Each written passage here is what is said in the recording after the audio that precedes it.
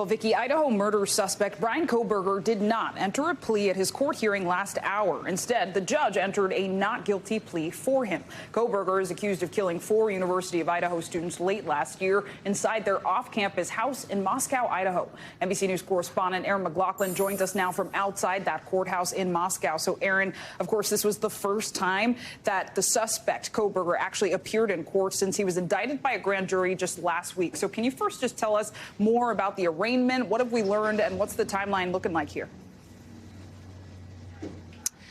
Hayes and Clay, well, today's court hearing lasted all of 15 minutes. It was an emotional court hearing. Some of the family members of the victims were present for the proceedings, some of them openly tearing up when the names of all 4 of the victims were read out in court.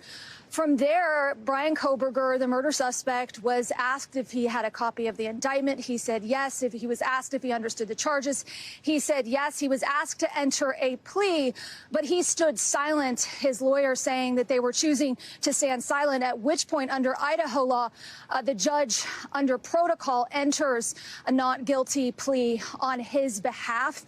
Why Bryan Kohberger stood silent today is not clear. I was speaking to legal experts prior to today's hearing. They said that there would be no real advantage for him at this point to stand silent, other than perhaps to make some sort of point. We are expecting potentially to hear from the family of one of the victims, Kaylee Gonsalves. They are expected to make some sort of statement outside the courthouse shortly, although there is a gag order still in place, being upheld by the judge at this point, preventing more family members from speaking out. And Erin, with this, the death penalty is on the table, right?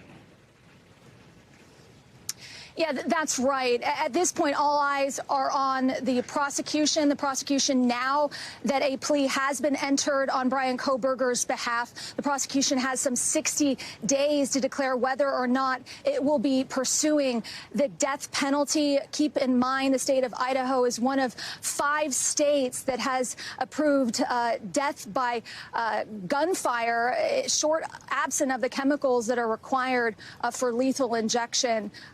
They will be doing that starting July 1st. So legal experts looking at the heinous nature of this crime see that as a distinct possibility that the prosecution will pursue that death penalty. But again, they have 60 days to make that decision clear. All right, time will tell on all this. NBC News correspondent Erin McLaughlin, thank you.